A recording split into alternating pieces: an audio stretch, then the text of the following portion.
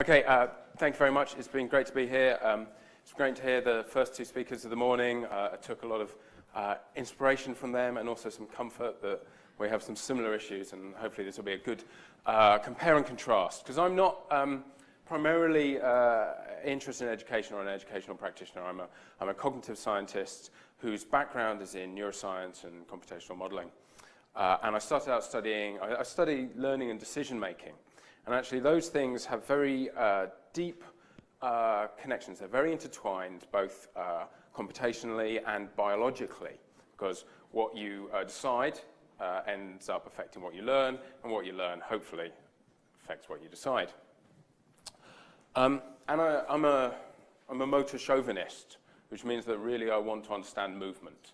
And I want to have a kind of behaviorist's instincts that I want to see stuff that I can measure and understand cognition in intrapersonal processes through things that have some objective trace in the world.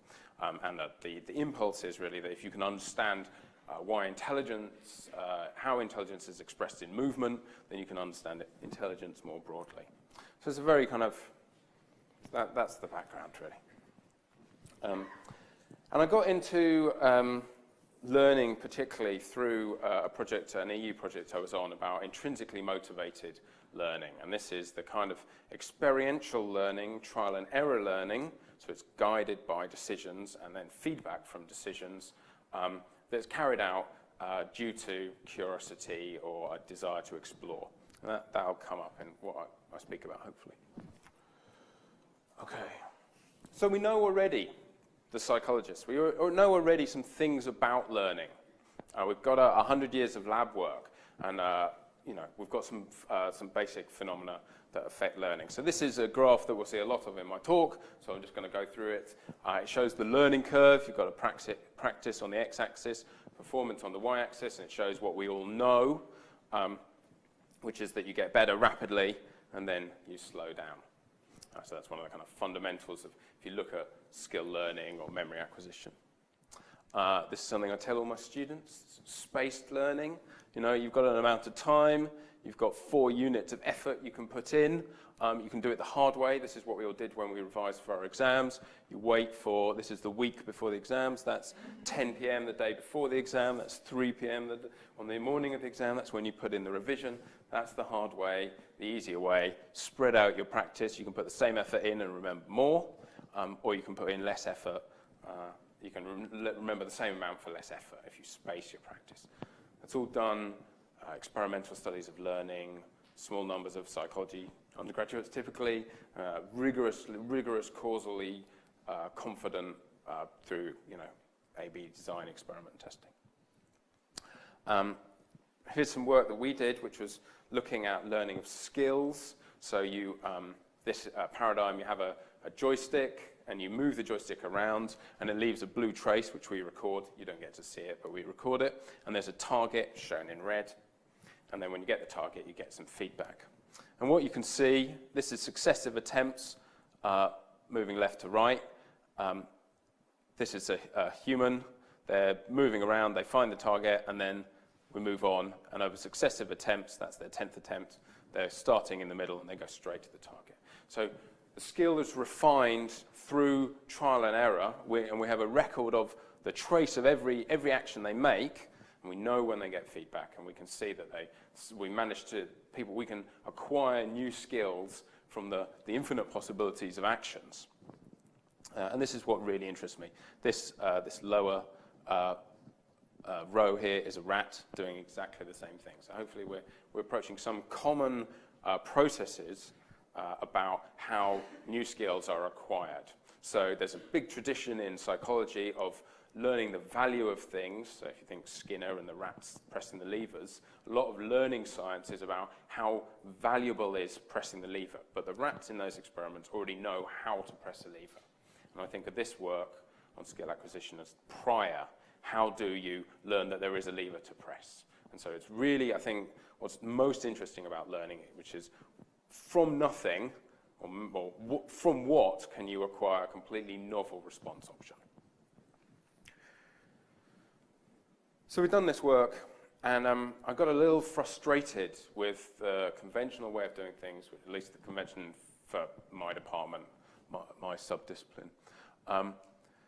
And that's to do with the narrowness with which we can look at learning. So these experiments, we ask people to learn to move a joystick. We're typically down here on the learning curve. How often can you get your participant to come back into the lab and study them?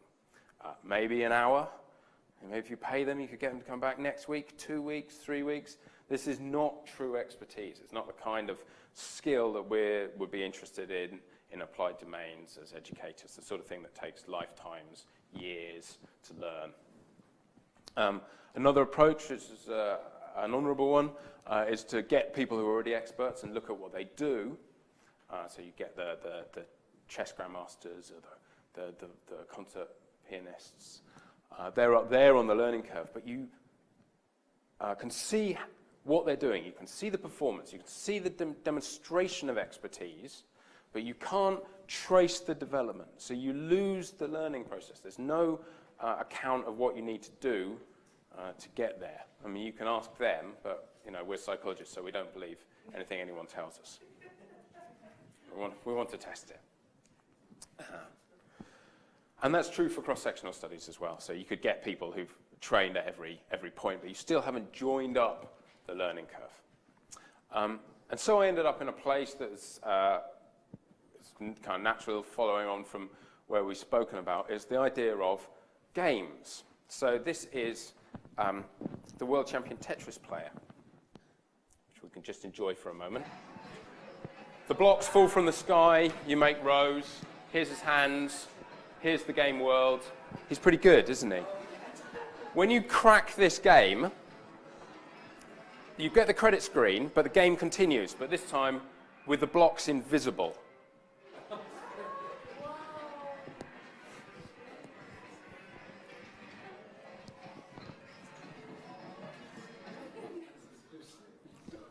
So, this appeals to me, because here we have true expertise. Now, admittedly, some of us may think this guy has been wasting his life.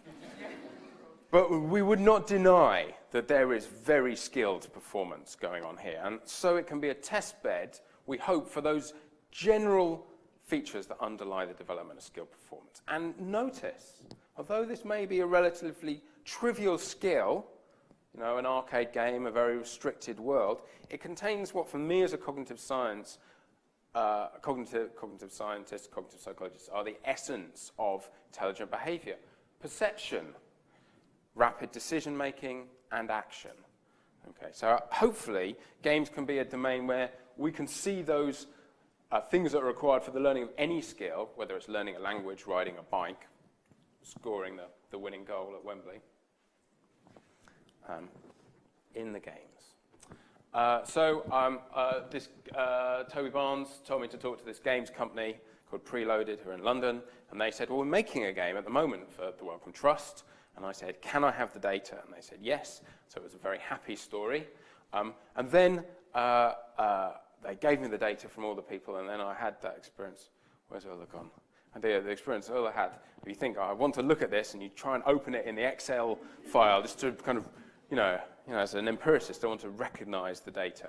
And it crashed my computer because there's just too much data. So I had to learn I haven't told you what the game is. And to learn some new skills to analyze the data. This is a game, it's online, you can play it, it's called Axon. You steer this dot from dot to dot, and there's a zone of expansion which determines what you can jump from. So you're there, and you can click on one of them and leap to them, and then your zone moves and you can leap, and the zone shrinks, so it's a kind of time-pressured game. It's pretty trivial, but like I say, perception, decision-making, action. I wrote this paper, which is in Psych Science, a couple of years ago, with Mike Dewar. He's in New York, so I spoke to him over Skype. He's normally higher resolution than this if you meet him in person. I got in touch with him. He's an engineer, currently works in the New York Times Research and Development labs, and he told me how to deal with these massive data sets, which was hard work, but an interesting learning experience for me. Okay, so we have a game, and hopefully we can connect now every action someone takes during learning the game to how good they get, like we've heard from the previous speakers. Here's 4 million plays of the game all over the world. This looks like all maps you see on the internet. It's basically a map of population density, but it's nice that, if you plot people who play this game, just the latitude and longitude, you get basically a map of population or internet connectivity there. Here we are. Is that us there? Lots of data.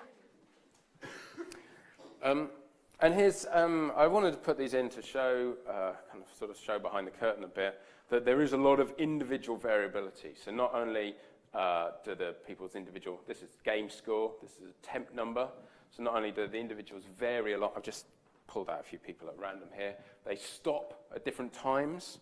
So twice as many people play the game once as play twice, so they've got about 50% dropout each time. So by the time you get to 20 attempts, you've only got tens of thousands, or hundreds of thousands of people rather than millions, which is, but tens of thousands, or hundreds of thousands is still quite, you can still work with that.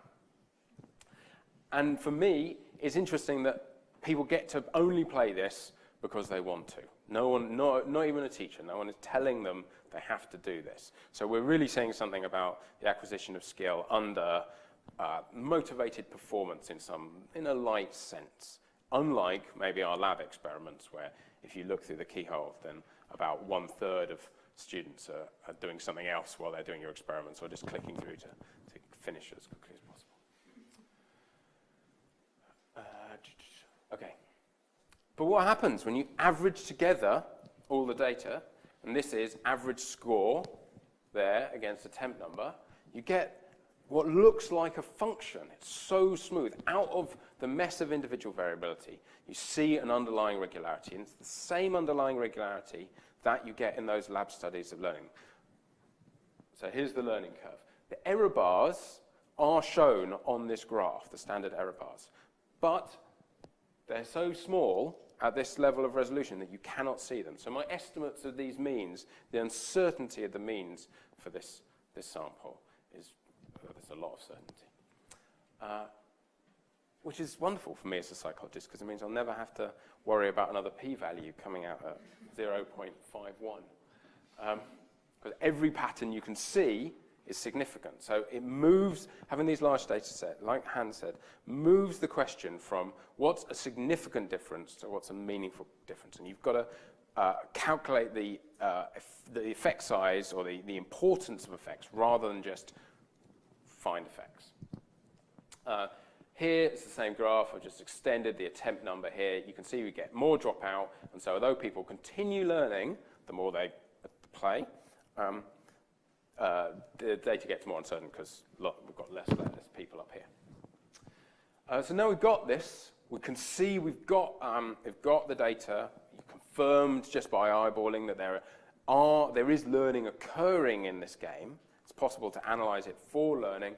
We can then ask some more structured questions about learning. And what that means for me is taking those lab phenomena that we know already, trying to validate them and extend them, find out if the range over which they apply in various ways.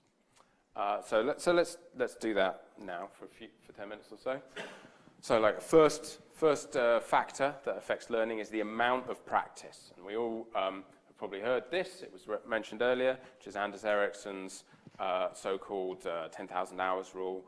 The idea that I think he's pulled back from a bit recently, but was very confidently asserted that if you put 10,000 hours of deliberate practice in, you will achieve expertise, world-class performance. And no one achieves true expertise without putting in 10,000 hours of deliberate performance. So this was popularized by Malcolm Gladwell in his book Outliers. And you speak to people, and a lot of people have heard of the 10,000 hours rule. And it's a wonderful egalitarian message, because it says it's not about some innate talent, it's not about prior differences, just put in the work. Now, it might be that there are prior differences in how much work we're all prepared to put in, but it seems my democratic heart thrills to this, because it says, it's just about putting in the work, and then you can achieve true expertise. So I want to believe this to be true. But it's interesting to think, what would that look like in this domain? Now, people are playing this for tens of weeks, tens of minutes. They're definitely not playing this for tens of thousands of hours, but we've still got a domain where we can look in quite high resolution at learning because we've got enough statistical power. What would this, if this is a theory of learning, what would this look like in my data? So here's the learning curve, practice against performance again, and here's a line that let's call this, now you're an expert. So we've got to qualify expertise at some level of performance. If the only thing that matters, if the only factor that matters is amount, then how do you get to expertise? You just have to keep going along this learning curve, despite the fact that it's negatively accelerating. So you just keep going. Which means everyone's on the same learning curve. It's just we all decide to stop at some different point, and that determines our level of performance. An alternative account is that there are other factors that are important, and perhaps are important from the very beginning of learning, and we're on different learning curves. So here's you start practicing and you get better, and you reach expertise a lot quicker than me, who's practiced the same amount, but is still at a lower level of performance. So can we bear this in mind. So what I did to look at this in my data was I got everyone's high scores. It's quite natural for a computer game. You know, you go into when the game ends, you go and put your name in the high score table. You get everyone, get their high score, and you rank them, so we know who's number 1, we know who's number 2, and so on. And actually, I divide people into 5 groups according to their high score. So I've got the top 20%, and so on down the quintiles to the bottom 20%. And then I work out, so they could get their high score. I filter the data by everyone who's played a minimum of 15 times. So I got people who put in the effort. And then I draw the learning curve for those first 15 attempts for the different quintile groups. So I've got a line for top scorers, a line for the bottom scorers. Now, if effort is the only thing that matters, those lines will lie on top of each other. The people who get highest either got lucky or they practiced more, and after the graph is drawn, they've gone on and they've practiced 500 times, and that's when they got their top score. Is that the graph we see? That's not the graph we see. Very, very clearly, other factors are affecting not just the thing that distinguishes the top scorers. Here's the top 20%. There's the people who are the 60th, 80th percentile. Not just distinguishing the top scorers from the near the top scorers, but this other factor, or the other factors, it must be a compound of other factors, are affecting people's learning all the way through the data. So all of these lines are distinct. And in fact, rather depressingly, people are starting off better. The top scorers, not only do they start off better, but they learn faster. So they're already above the people who are in the middle or the bottom scorers, and they're learning more rapidly. So there's a lot else going on other than just practice, which we probably already knew, but what you can do with this large data set is you can now articulate in a quite precise and statistical way the size of those other factors. And I'm going to come back to that. What about spacing? Spacing effects. Like I said, I tell all my students. But if you think about it, spacing effects can't be a ubiquitous mandatory effect. There must be some size of spacing effect. You know, practice riding the bike for 15 seconds on Monday, and then 15 seconds on Tuesday, and then 15 seconds in 3 months' time. Some level of spacing effect must not be better than, you know, practicing in a lump. So again, we can look statistically and try and see in a higher resolution the kind of microstructure of learning. So this is the first thing I did, is I get people who, I cut out everyone who doesn't play 15 games again. I look at people who play 10 games all in a rush, so they don't have any break. And then I look for people who have a break of 2 hours or more, somewhere between, you know, game 5 and game 6. So I call the people who do it in a rush goers, and the people who have a resters, and then I work out their average score on their subsequent plays, so plays 11 to 15.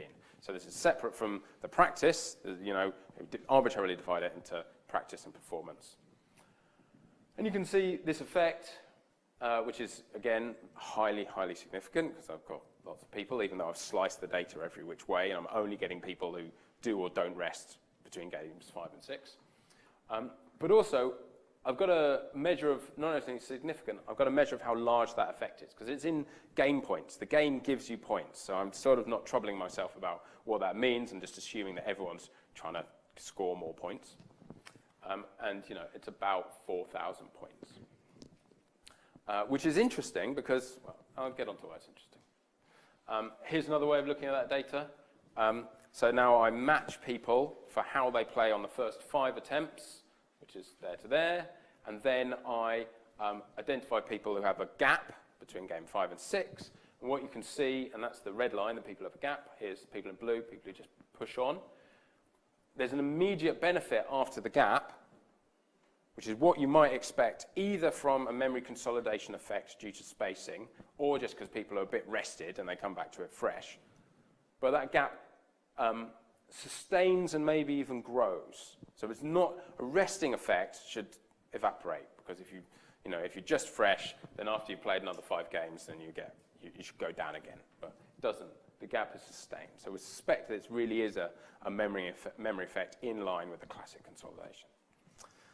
I've got 2 really difficult graphs, which I'm going to have to go through slowly. So you've got a question? Quick one here. So what's the gap here? Like you define it somehow time-wise? Yeah, you define it. I know in minutes and hours and days, and I think this gap is actually 24 hours. So I divide people who have no gap and people who have a 24-hour gap, and then I lose everyone who has every other kind of gap. So people who rest for more than 2 days or go away for 2 days and come back. I don't know what they're doing in the middle.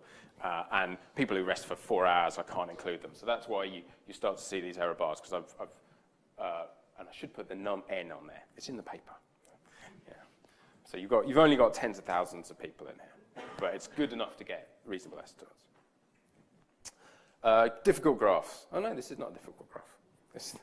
So one thing that was known in the lab from well-controlled studies is that there's a sleep consolidation effect. So that if you ask people to learn skills or which we call procedural memory, or remember facts in which we call declarative memory, then sleeping on it, whether a nap or a full night's sleep, assists in later retention. And so I thought I could test that in my data, because I know when people play the game, and I know that some people who play at 8 p.m. and then again at 8 a.m. overnight, they've probably been asleep. And other people, if they play at 8 a.m. and then again at 8 p.m. during the day, they're much less likely to have been asleep. I can't know, but statistically that will be true for those 2 groups. So I can compare them for an advantage in performance. So the black line is the average for everyone, and then I take segments of my data. The green line is people who don't have a gap and they just play 20 times. We already know that without a gap, performance is relatively impaired compared to having a gap. Then the red and the blue lines are people who have the same size gap, that sort of 5 to 10 hour gap that either happens during the day, morning to evening, or during the night, evening to morning. So we're just assuming that the people in red have slept. And there's no difference. And so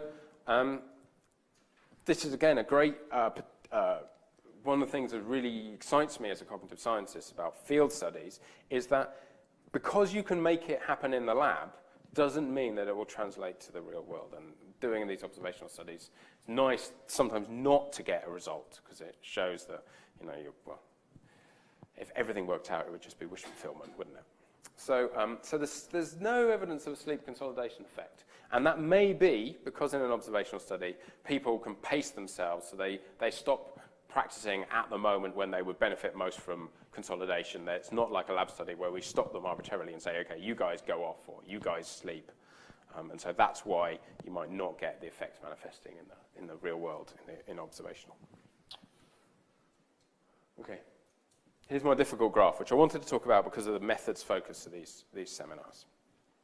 And it's another way of looking at the benefit of spacing your practice. So what I did was I divided the whole sample into 100 groups by top score. So I've got the top 1%, the bottom 1%, and everyone in between. Those are the red dots. These are the people who got the best. They're the people who got the worst. That's the percentile according to maximum score. And then I looked at the gap between their first and last scores. And what I found was that there's a strong relationship. You can see that as you go up, people here are leaving larger gaps between their first and last plays. This is in hours, by the way, there. And I drew that graph, and I was momentarily pleased with myself. And then I realized, probably not as quick as all of you, that there's a massive confound there with the amount of practice you have. And if you're practicing more, obviously, if I play twice, there'll be a smaller gap between my first and last plays than if I play 200 times.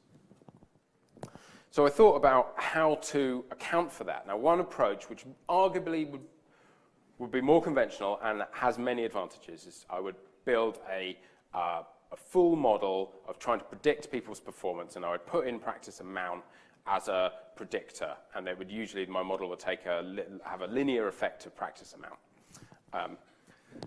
But this data is very non-linear. It's very skewed, and there's all sorts of structure in there that means that those models may suffer. So people playing different amounts, some people playing 10 times, some people playing 100 times, the scores being very skewed. And so this is an attempt to try and convince myself that the relationship between the gap in practice and top score is real, while keeping the structure of the data. And it uses a bootstrap analysis, which many of you will probably be familiar with. It was a bit new to me, and it was kind of an interesting learning curve. And what the bootstrap does, I'll try and explain it in two different ways. One probably makes sense if you already know about the bootstrap, which is it uses the data itself as the model of the data. So rather than assuming a normal distribution, like most of our statistical models, it uses the observed data to generate a null, what we would expect under the null. The way I think of it, and the way I had to program it, is if you imagine there's every player in my data set, and every attempt has a score, and every attempt has a time of day, and all the scores are there, and they're confounded by practice amount. So obviously your score on the 10th attempt is much more likely to be better, high score, than your score on the first attempt.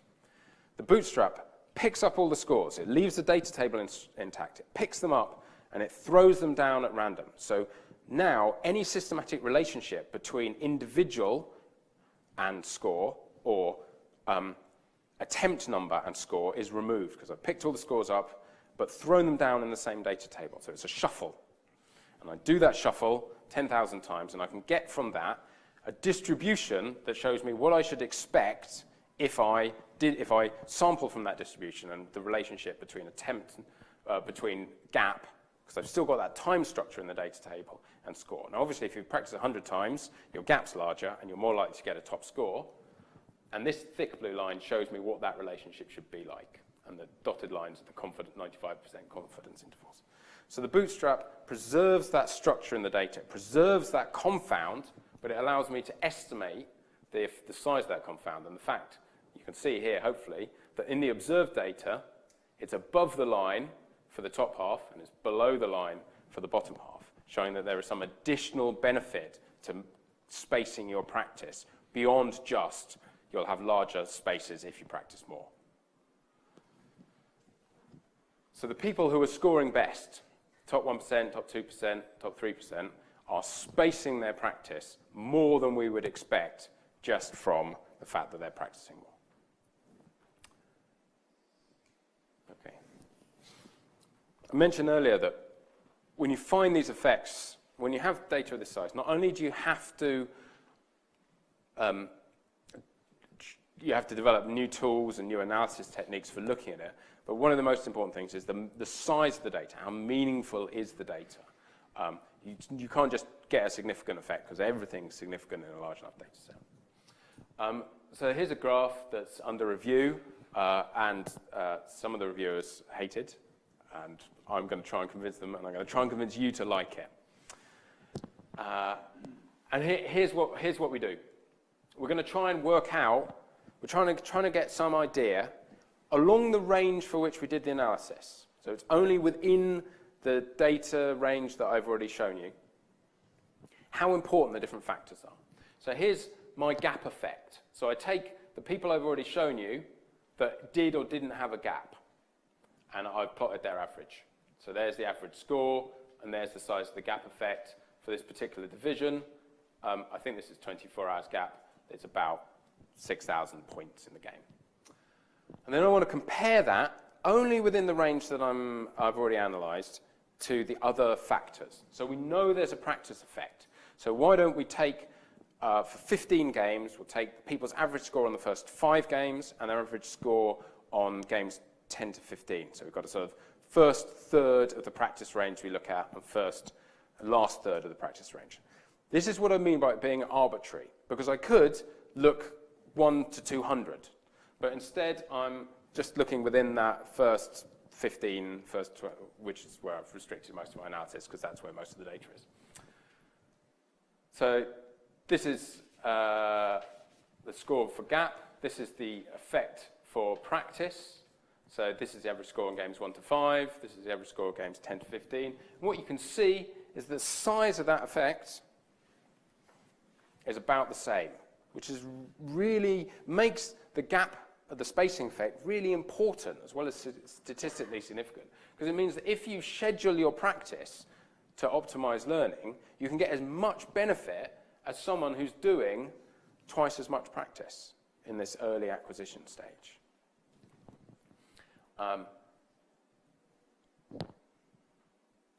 You remember the 5 quintiles where we had the nearly parallel learning curves. How large is that effect? How large is the difference according to initial performance on the game? So we take people's average score on their first 5 attempts, and we divide them, and then I take the top third and the bottom third. So there'll be differences in people's initial performance. We already know that initial performance systematically distorts subsequent learning. But if we just take people's initial performance on the first 5 games, take the top third and the bottom third and compare them on their score on the games 10 to 15, that's the difference. So we're reconciling these 3 factors all within a common framework, which is game score in these in the last few games of the range I'm looking at. And rather depressingly, initial performance seeming to have twice the influence that the other factors are.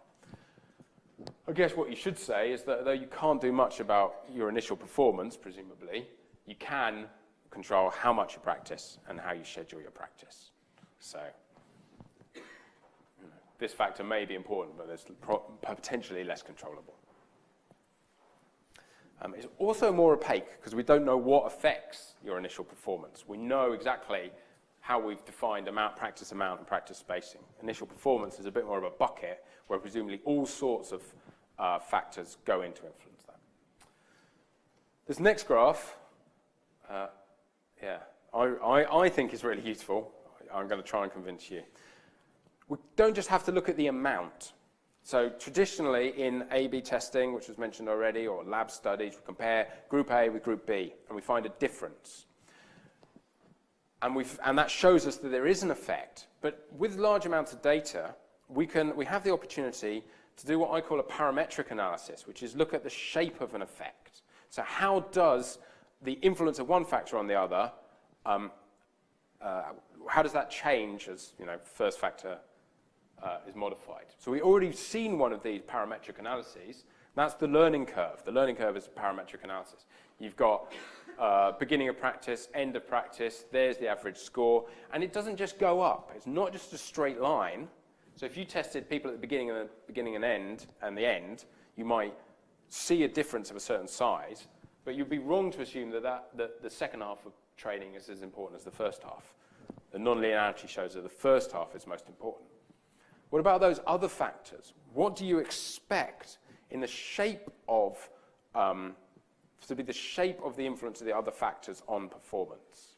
So let's think about that gap effect, which is due to some sort of consolidation in memory, and possibly also a rest effect confounded.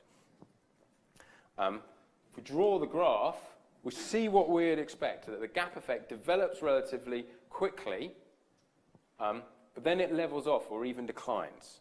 And presumably, if we extended our analysis range all over to this wall over here, there would be the decline effect, which is, must partly be due to memory loss, forgetting, would get stronger and stronger and start to overwhelm the strength of that gap effect. So rather than just doing what we do in the lab, which is normally we pre-test our experiments and we get two groups, one there and one in the middle of the effect, and then we get the largest effect possible and we publish.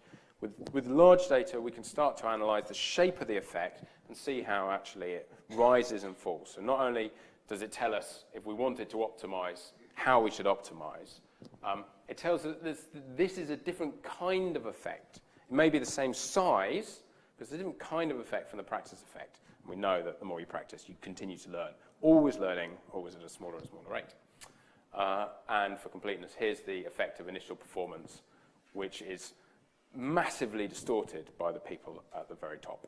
So it's pretty much linear, but then the people who have the highest initial performance are generating most of the difference in the distribution. So that suggests that I probably need to do some, cut them out or do some transformations if you want to analyze that factor properly. Okay, let's sum up. So all the data for this is online. And the analysis code. So you want to join me in analyzing this data. You don't have to ask my permission. You can just download it. But I'd love to talk.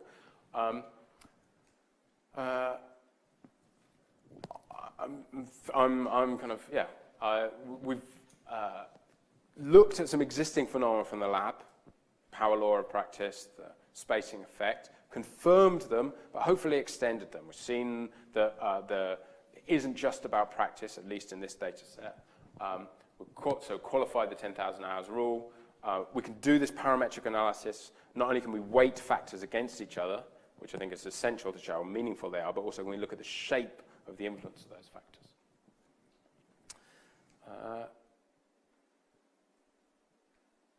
And it's just before lunch, so I'm going to skip a bunch of slides. And say that I think games are fantastic research tools, not just because games can bring something to applied educational context, but for the cognitive scientist, they give us power, they allow new kinds of analysis as well as requiring it. They allow us to look at the development of whole task performance, all the factors at once, so they can be brought into reconciliation with each other.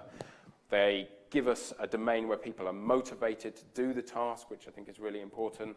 And also, not only can we record the data, because games naturally record the movements that lead to the acquisition of the skills, but hopefully, and I think other people have mentioned this, we can do adaptive experiment design. So the games, we can put controlled experiments or adaptive challenges into the games. And from that, we will hopefully get real causal inference power, not just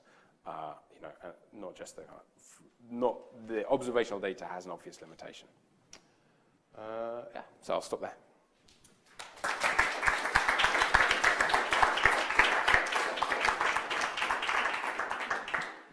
Thanks very much. Kat, that was excellent, Tom. Really interesting, compelling data. Thanks. Katrina. Thanks for this interesting talk. When you showed that spacing is almost as much or as important as practice, I'm wondering whether you're, by this, actually confirming the importance of deliberate practice, because one thing that actually Erickson stresses, it's not just any kind of practice, but it's deliberate practice.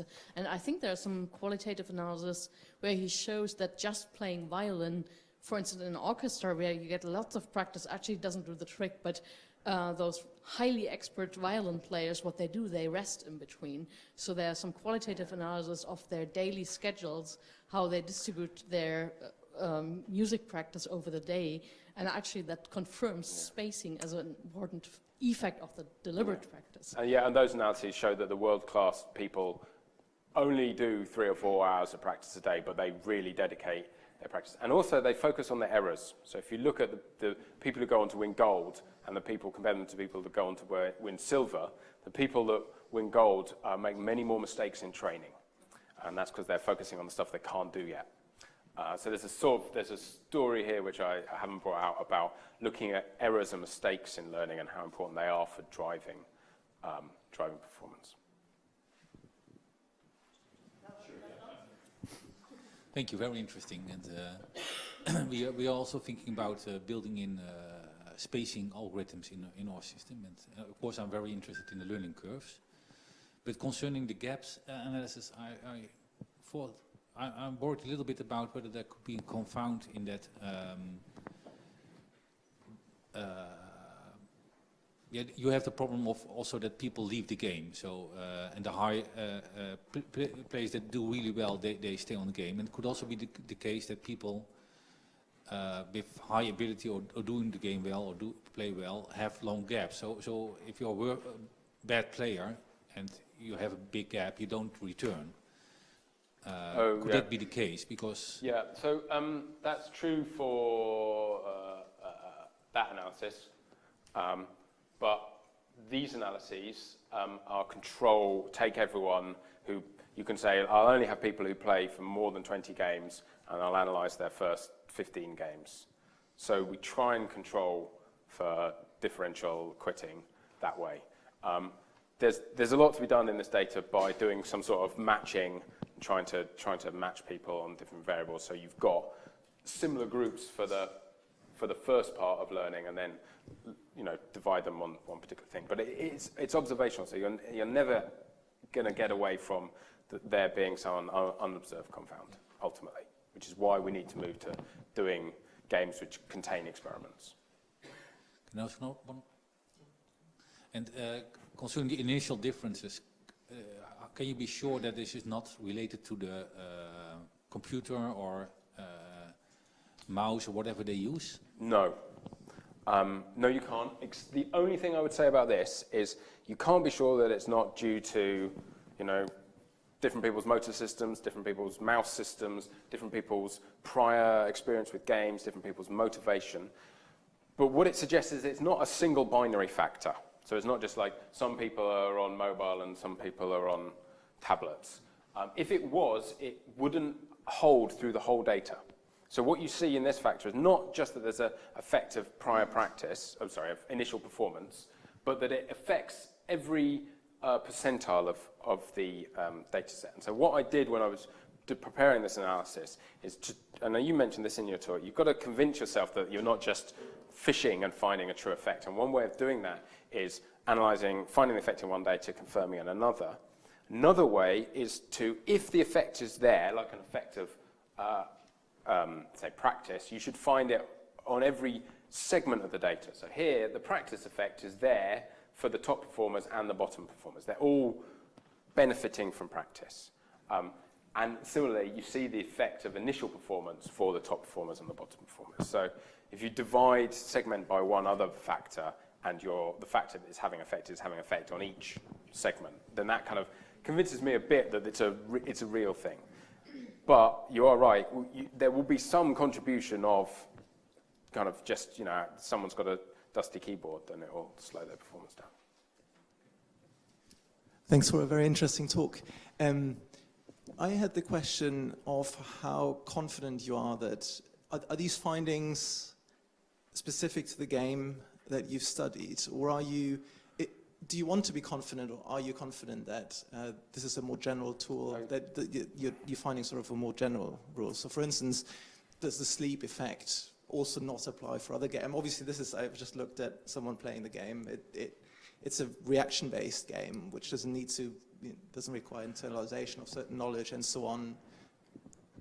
Okay. I'm repeating myself. Yeah. Okay. No. Well, this is a profound and important question of the generalizability of our findings, and how do we convince ourselves that what we found in one domain applies cross-domain? And partly the instinct of the cognitive scientists is if we study fundamentals of perception, action, then fundamentals should generalize more than phenomena of the particular game or particular paradigm. What I've done here is I've tried to connect the research trajectory I take through this data with existing lab phenomena, so things about spacing, practice, so I can then relate back the findings. So I guess I think I'm trying to do the right thing to convince myself that they will generalize, but obviously there are certain things, which won't generalize. And what I'm doing now is I'm doing the same analysis on, you can't tell this is a graph about chess data. I have the ratings, the ELO ratings for every international chess player for the last 7 years, which is about 6 million games. You mentioned the ELO rating. It determines how the predicted outcome when two players play each other. Here's the difference in ELO rating. That's 0, and here's the probability of white winning, and that's my data. You can see again the error curves, the error bars are really small. So chess provides a really nice contrast because you develop the expertise over decades. And hopefully we can see the same things about skill learning in chess and my game. Then that's a good comparison. Thanks. I actually have a question, Tom. We have some early career researchers here, PhD students, postdocs. This data is really intimidating to approach for lots of us, I think. I mean, or any of the researchers from this morning give some advice about how to kind of get started with this kind of analysis? Okay, well, like I said, where's my friend Mike? And I didn't know that New York Times had this sort of... R&D lab.